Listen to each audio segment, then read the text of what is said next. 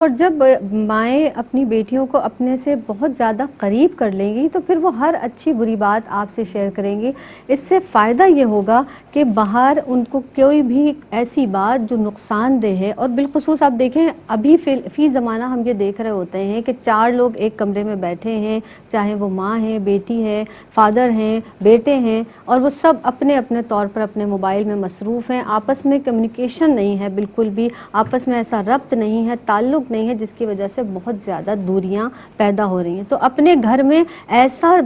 جو ماحول ہے وہ رکھیے، اور ایک ایسا وقت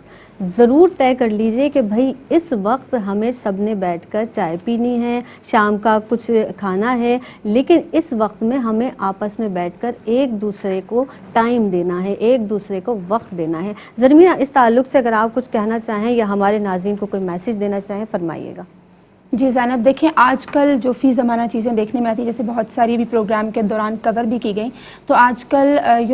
جنریشن گیپ کی وجہ سے ایک ماں کو یہ معلوم ہی نہیں ہوتا کہ اس موبائل کے اندر کون سی دنیا آباد ہے، یا میری بیٹی یا میرا بیٹا، اسپیشلی ہم بیٹیوں کی بات کریں تو میری بیٹیوں کی دوستیاں کہاں ہیں، کن لڑکیوں سے ہیں، ان کے گھرانوں کے کیا اصول و ضوابط ہیں، کیا قاعدے اور قوانین ہیں، ان کو معلوم نہیں ہوتا۔ ان پہ چیک اینڈ بیلنس رکھنا بہت ضروری ہے، لیکن موقع کی مناسبت سے، جہاں آپ سمجھتی ہیں کہ یہاں مجھے تھوڑی سختی کی ضرورت ہے، وہاں سختی کا امر بھی اختیار کرنا ضروری ہے، اور جہاں نرمی اور محبت کا رویہ ہے اس کو اعتدال کے ساتھ ملحوظ خاطر رکھنا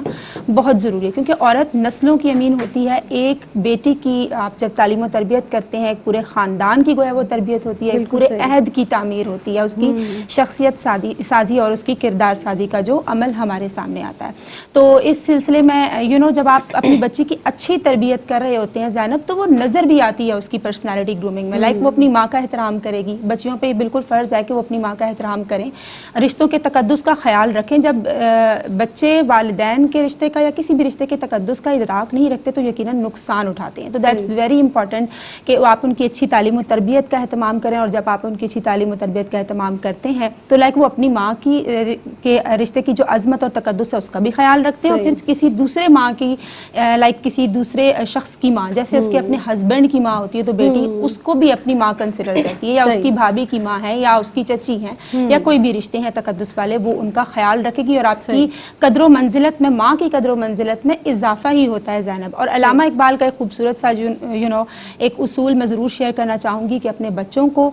بچیوں کو بھی درود پاک پڑھنا سکھانا چاہیے۔ اس کے علاوہ حسن سے ہر چیز اٹریکٹ ہوتی ہے، اللہ پاک خوبصورت ہے، خوبصورتی کو پسند کرتا ہے، ہم اکثر سنتے آئے ہیں۔ تو ہمیں ان جو خوبصورت ہستی آقا علیہ الصلوۃ والسلام کی صورت میں کہ بے شک من کی دنیا میں تب بہار ہوتی ہے، روح جب ان کے قدموں پہ نثار ہوتی ہے، اور ادب والوں پہ رشک کرتی ہے جنت محمود، رحمت خداوندی ہر گھڑی ہر بار ہوتی ہے۔ تو ان کی سیرت مبارکہ سے روشناس کرانا بچوں کو، دیٹ از ویری امپورٹنٹ، تاکہ وہ اس سیرت کو اسٹڈی کر کے صاحب سیرت بن سکیں، اور وہ خوبصورت ہستی جہاں عشق بھی غلامی کرتا ہے اور جہاں